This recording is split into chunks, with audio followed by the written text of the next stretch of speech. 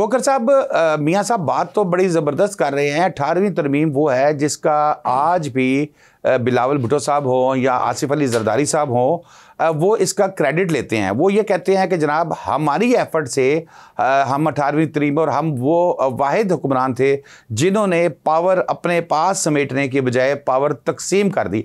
अब क्या इसके ऊपर वो अपना रीज़न देंगे अगर वो इसके साथ चलते हैं तो? जी, सबसे पहले तो मैं ये कहना चाहूंगा कि सबसे पहले आपको पाकिस्तान पीपल्स पार्टी को क्रेडिट तो देना चाहिए। चेयरमैन बिलावल भुट्टो जरदारी साहब को क्रेडिट तो देना चाहिए, क्योंकि हमारे चेयरमैन जो पीपल्स पार्टी है बिलावल साहब, वही पहले वो शख्स है जिन्होंने आपको जो है ट्वीट करके जो उसके मंदरजात थे, इसके जो 27वीं आईनी तरमीम है उसके मंदरजात के बारे में लोगों को जो है अवेयरनेस दी। अदरवाइज तो किसी को पता नहीं था कि ये 27वीं आईनी तरमीम है, इसमें कौन से ऐसे बुनियादी निकात हैं जो कि अंडर डिस्कशन है, जिसके ऊपर डिस्कस होनी है। इसमें एक तो रिमूवल और प्रोटेक्शन ऑफ जो है प्रोविंशियल शेयर था। पहले जो तालीम था, उनका जो सिलेबस था, करिकुलम था, एजुकेशन पॉलिसी थी, वो सारी प्रोविंस को दे दी गई थी 18वीं तरमीम में। ये 18वीं तरमीम जो थी वो 19 अप्रैल 2010 को हुई थी। इसमें काफी ऐसे 103 आर्टिकल्स थे जिनको अल्टर किया गया, उसमें बुनियादी तौर पे अमेंड किया गया, उनको कई आर्टिकल्स ऐसे थे जिनको चेंज किया गया। तो ये सदर आसिफ अली जरदारी साहब की अप्रूवल के बाद था ये एनएफसी अवार्ड जो था, जिसको नेशनल देखिए अब बात यह है कि कोई भी आइन है वो कोई आसमानी सहीफा नहीं है कि उसको बदला नहीं जा सकता। जो पब्लिक है, मुल्की इंटरेस्ट है और पब्लिक की वेलफेयर है, वो सबसे पहले है। उसके लिए अगर कोई आइन बन जाता है, उसको उसमें कुछ अमेंड कर दिया जाता है, तो मैं समझता हूँ कोई हर्ज की बात नहीं है। लेकिन इसमें दूसरी बात यह है कि जो पाकिस्तान पीपल्स पार्टी है, उन्होंने सीसी का इजलास आज बुलाया हुआ है और सीसी का जो इजलास है वो अभी कंटिन्यू है। इसके बाद जो हमारी पाकिस्तान पीपल्स पार्टी, उसमें अंडर डिस्कशन जो भी पॉइंट्स है उनको डिस्कस किया जाएगा। 243 है, इसमें जो जनरल कमांडर और कंट्रोल है आर्म फोर्सेस का, वो तो वजीर आजम और कैबिनेट डिवीजन के पास होगा, पहले था, और जो सुप्रीम कमांडर है वो प्रेसिडेंट ऑफ पाकिस्तान है। अब इसमें कुछ नकात हैं, उसको रिफॉर्म किया जाएगा, अमेंड किया जाएगा, और अमेंड भी फॉर दी सेफर पर्पस के लिए इसको डेफिनेटली किया जाएगा। और उसके बाद जो एजुकेशन का मामला था, पॉपुलेशन प्लानिंग था, इसके ऊपर कोई थोड़ी सी चीजें जो है वो निगोशिएशन चल रही। एग्जीक्यूटिव मजिस्ट्रेट की बात हो रही है, ट्रांसफर ऑफ जजेस का एक तरीकाकार है। देखिए आप 2/3 मेजोरिटी के साथ अगर कोई बिल पास करवा लेते हैं तो देखिए ना, सुप्रीम तो आपकी पार्लियामेंट ही सुप्रीम है। जितने भी आपके कानून साजी है वो तो थ्रू पार्लियामेंट होनी है ना।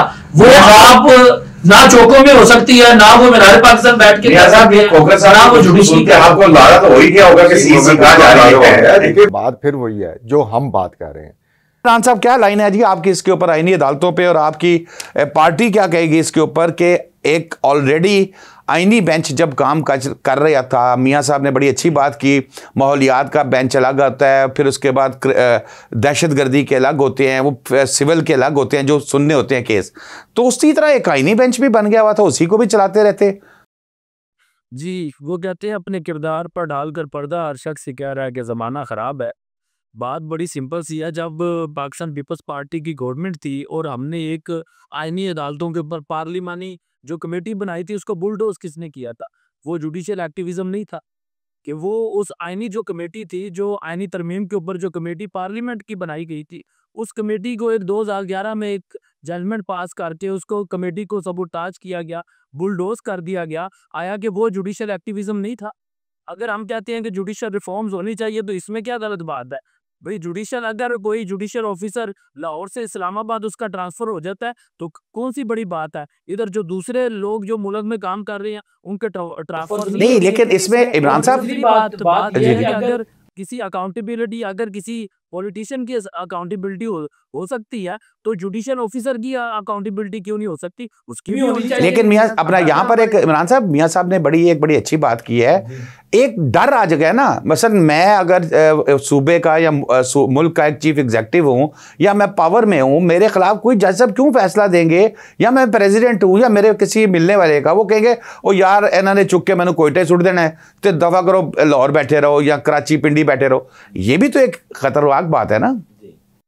देखिए बात बड़ी सिंपल सी है कि डरता सिर्फ वही बंदा है कि वो कहते हैं चोर की दाढ़ी में तिनका। भाई जिस बंदे ने अब चोरी नहीं की है, कोई गलत काम ही नहीं किया, उसको डरने की, खौफजदा होने की जरूरत क्या है? खौफजदा सिर्फ वही बंदा होगा जो कि करप्ट प्रैक्टिसेस में जो इन्वॉल्व है, वो डेफिनेटली खौफजदा होगा कि जी मैंने गलत काम किए हुए हैं। तो अगर कुछ ऐसा अकाउंटेबिलिटी का कोई सिस्टम आ गया तो उसमें मैं उस लपेट में आ जाऊंगा। और दूसरी बात यह है कि अगर हम प्रीवियस और ट्रैक रिकॉर्ड की बात करें, जो प्रीवियस गवर्नमेंट्स है आया कि वो अमेंडमेंट्स नहीं करती रही है।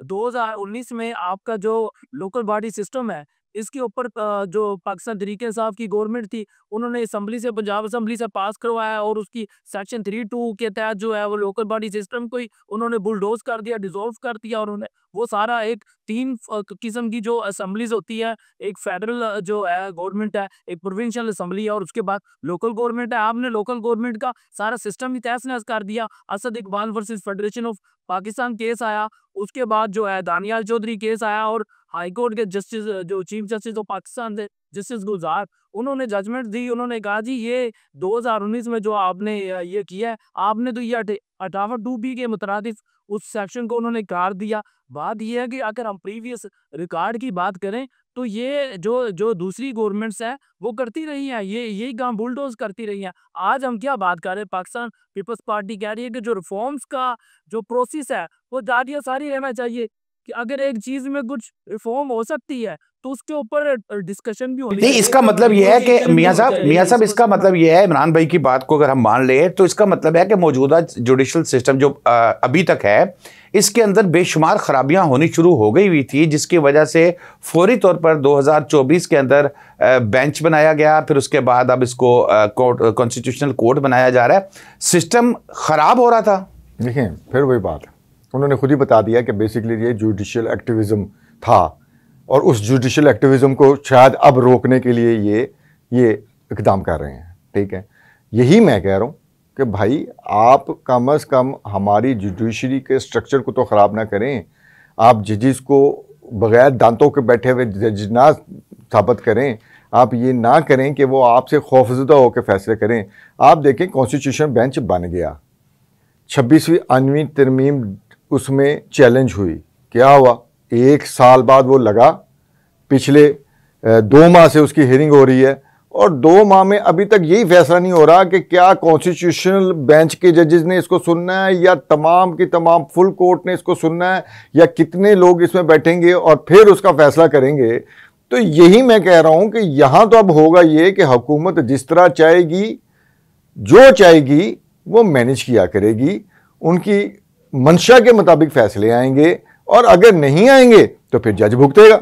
जज के जहन में है कि मुझे इसको भुगतना पड़ना है।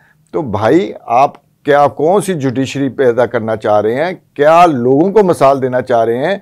एक बहुत आम मुहावरा था जो हम यूरोप में सुनते हैं कि अगर आप किसी के साथ ज्यादती करते थे तो वो कहता था सी यू इन कोर्ट। अब